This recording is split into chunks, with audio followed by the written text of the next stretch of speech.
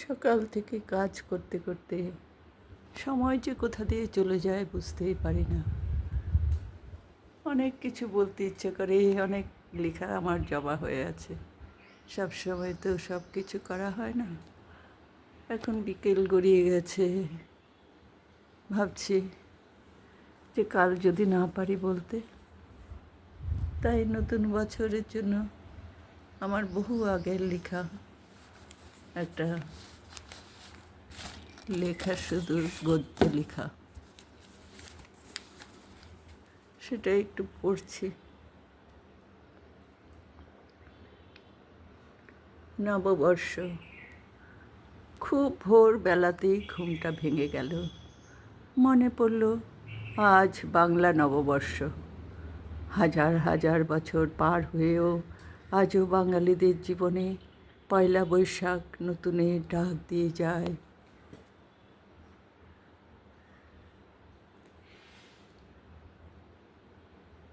সকল জীর্ণতা দূর করে নতুন প্রভাতে নতুন রূপে দেখা দেয়।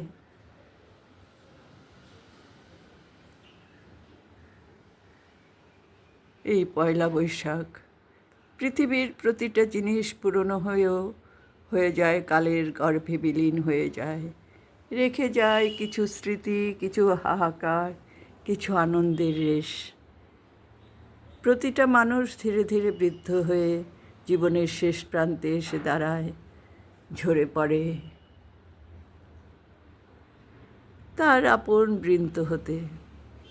নতুন করে তার জীবনে ফিরে আসে না কিছু, কিন্তু বছরগুলোর শেষ হয়েও আবার নতুন করে ফিরে আসে সবুজের ছোঁয়া নিয়ে।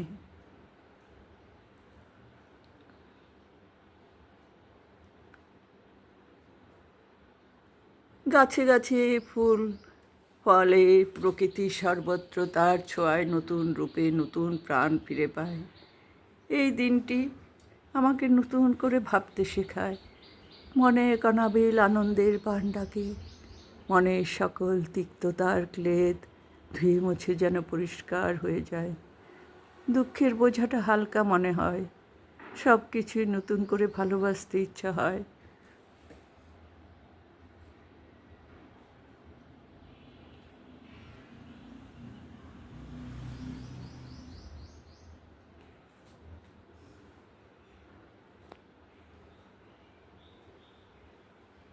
স্মৃতি, বিগত দিনগুলোর স্মৃতি চোখের সামনে ভেসে ওঠে। তাই আমার জীবনে বাংলা নববর্ষ অত্যন্ত তাৎপর্যময়। জীবনের অনেকগুলো সিঁড়ি তো পার হয়ে এসেছি। বহু সুখের দিন আর আনন্দের দিন ছিল এক সময়ে এই নববর্ষ। উচ্ছ্বাসে আবেগে সেই সব দিন রংধনুকের রঙে আলপনাতে আঁকা হয়ে আছে। বহু বছর পরেও আজও সেই সব রঙিন দিনগুলোকে ভেবে কিশোরীর উচ্ছ্বাস এসে আমাকে ঘিরে ধরে।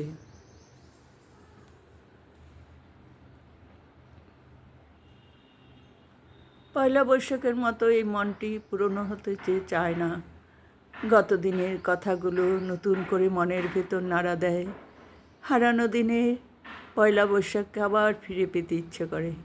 এই দিনটিতে আমার দ্বিতীয়বার মা হওয়া, আমার ছোট ছেলে গৌরবের জন্ম।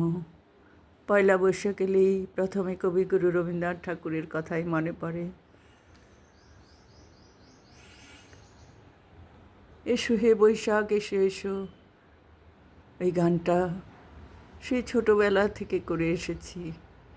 এসো হে বৈশাখ এসো এসো, তাপস নিঃশ্বাস বাহে। এখন তো গলার জন্য পারি না।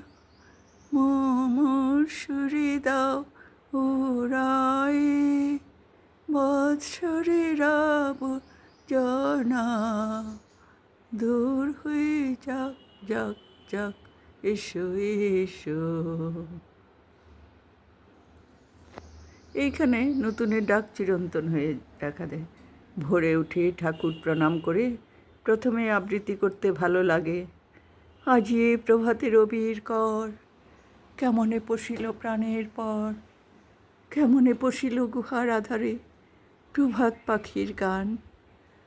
না জানি কেন রে এতদিন পরে জাগিয়া উঠিল প্রাণ, জাগিয়া উঠেছে প্রাণ। ওরে উথলে উঠেছে বাড়ি, ওরে প্রাণের আবেগ রুধিয়া রাখিতে নারী। এই জায়গাটা একটু ভুল হয়ে গেছে, পরে এটা একদিন বলবো। গত রাতে খুব সুন্দর একটা স্বপ্ন দেখলাম। প্রতিদিনই কত স্বপ্ন দেখি, মাঝে মাঝে অদ্ভুতভাবে স্বপ্নগুলো যেন সত্যি হয়ে যায়। আমার অনেকবার হয়েছে। দেখলাম চট্টগ্রামের শান্ত স্নিগ্ধ প্রকৃতির মাঝে আমি আমার বান্ধবীকে নিয়ে প্রভাত ফেরিতে বেরিয়েছি। ইমনের মা। হাঁটতে হাঁটতে অনেক গান শুনতে পাচ্ছিলাম, বহু হারিয়ে যাওয়া মুখ দেখতে পেলাম, পুরনো স্মৃতি নতুন করে ফিরে এলো। অনেক বান্ধবী বন্ধু বান্ধব চারিদিকে ছড়িয়ে ছিটিয়ে। চট্টগ্রামের প্রকৃতির সৌন্দর্যের তুলনা হয় না। পাহাড়, নদী, সমুদ্র আর সবুজ বনানীতে ঘেরা অপরূপ এর গঠনশৈলী। পাহাড়ের মাঝে আঁকা বাঁকা পথগুলো সরীসৃপের মতো চলে গিয়েছে। চারিদিকে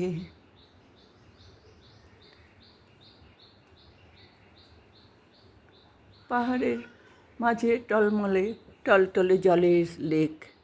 সে স্বচ্ছ জলে স্পিড বোটে ঘুরে বেড়ানো ভীষণ মজার।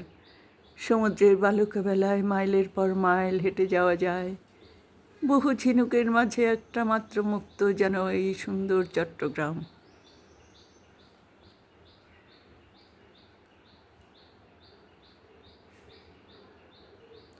আজ মনে পড়ছে আমরা যেখানে ছিলাম আমাদের বাড়ির সামনেই ছিল ডিসির পাহাড়।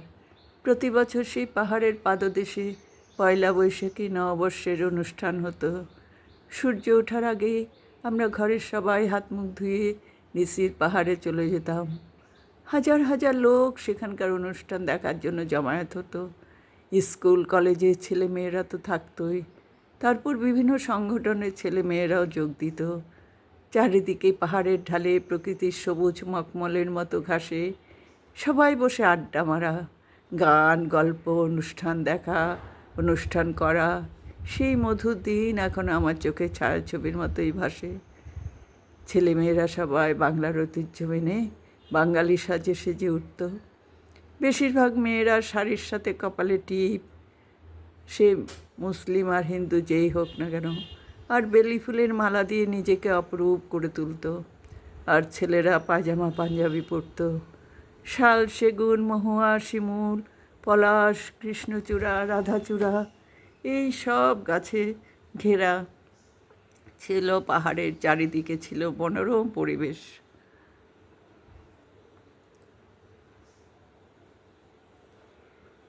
সবাইকে যেন ভাবুক করে দিত। আর এই মাঝখানে ছিল খোলা উদার আকাশের নিচে খোলা মঞ্চ। প্রকৃতির মায়াময় পরিবেশ সবাইকে যেন ভাবুক করে তুলত। গান, কবিতা, আবৃত্তি, গল্প সব কিছুকেই ছাপিয়ে যেত আনন্দের ঝর্ণাধারা। সব দুঃখকে ভুলে হিন্দু, মুসলিম, খ্রিস্টান, বৌদ্ধ সকল ধর্মের মহামিলন মেলায় শুধুই ছিল আনন্দ। মৌলবাদীদের চোখ রাঙানি তখন এতটা ছিল না।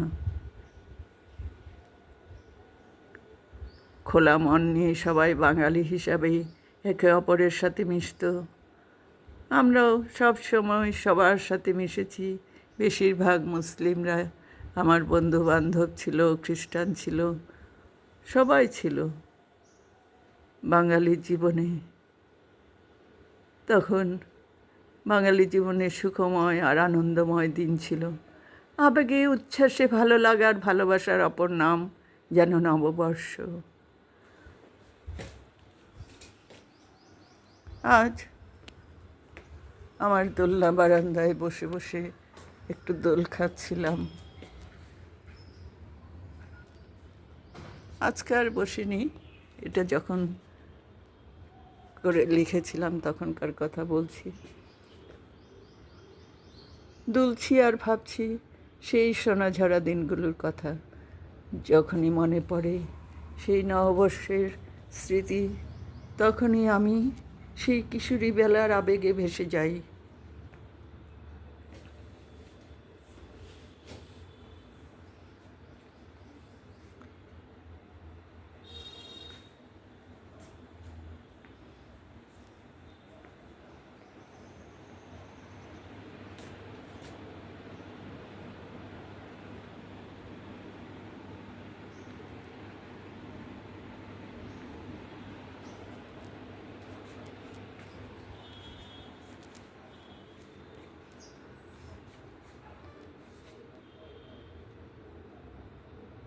এখন দেহে বয়স হয়েছে, মনের বয়স বাড়তে দিতে যে ইচ্ছে হয় না।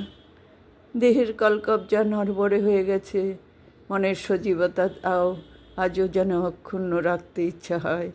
ভগবানের আশীর্বাদে আমাদের বাড়ির চারিদিকে কিছুটা সবুজ গাছ আমি লাগিয়েছিলাম, যা আমাকে বাঁচিয়ে রেখেছে। আমি ওদের সাথে কথা বলি, ওরাই আমাকে উদ্দীপ্ত করে কিছু লেখার জন্য। ওরা না থাকলে আমি যে বাঁচতাম না। আজকে নববর্ষ আর আগের নববর্ষ আকাশ পাতাল তফাৎ। তবুও ইচ্ছে করে এই নববর্ষের কথা ভাবতে, আগের কথা ভাবতে। আবেগটুকু আমার সম্বল। আমি মনের ক্যানভাসে সব কিছুকে এঁকে রেখেছি।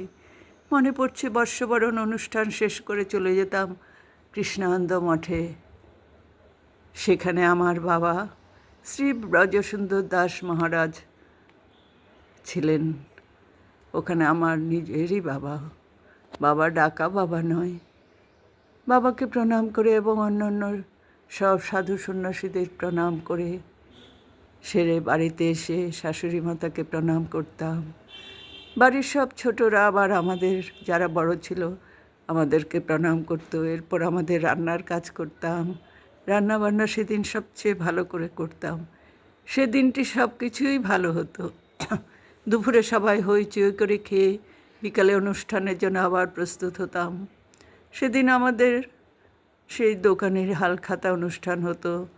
খুব ভোরেই আমার স্বামী দোকানে চলে যেত, সেখানে পুজো হতো, হোম হতো। আর ভোর হতে সেখানে দলে দলে লোক আসতো। তারপর দোকানের সমস্ত গ্রাহকদের মিষ্টিমুখ করানো হতো। আমরা বিকেলে সেই অনুষ্ঠানে যেতাম। আনন্দের ফল্গুধারা বয়ে যেত সকাল হতে রাত অবধি। বাংলা মায়ের শান্ত স্নিগ্ধ রূপ, নীল উদার আকাশ, ফুলের মিষ্টি গন্ধ, পাখিদের কলকাকলি আর মধুর বাতাস আর তো কোথায় পাবো না।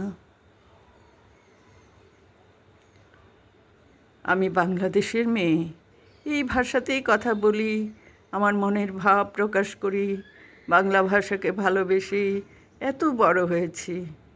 বাংলা মা আমার শান্তি, সুখ আর ভালোবাসা। তাই বাংলা নববর্ষ এলে আবেগে উচ্ছ্বাসে আমি ভেসে যাই। এই বাংলার প্রতিটি ধূলিকণায় আমার নমস্য, আদরণীয়। সুখের দিনে যেমন এই ভাষাতে আনন্দ প্রকাশ করি, তেমনি দুঃখের দিনে এই ভাষাতেই দুঃখকে জয় করি। বিগত দিন আর ফিরে আসবে না। নতুন দিনে নতুন বছরের জন্য শুধুই প্রার্থনা করছি, ভগবান সবার সহায় হোক, সুখ শান্তিতে ভরে উঠুক বাংলার ভূমি প্রান্তর আর মানুষের মহান অন্তর। আমার সন্তানরা ভালো থাকুক, আমার স্বামী সন্তান সবার জন্য প্রার্থনা করছি, আমাদের আত্মীয় স্বজন সবার জন্য প্রার্থনা করছি, সবাই ভালো থাকুক। যেন মনে করে একটু হলেও আমার কথা। জানি না, মনে হয়তো নেই, তবুও বলছি তোমাদের সবাইকে, মনে রেখো, এই কথাটি মনে রেখো। আমি যে গান গেয়েছিলাম তোমাদের এই হাসি খেলায়। প্রণাম।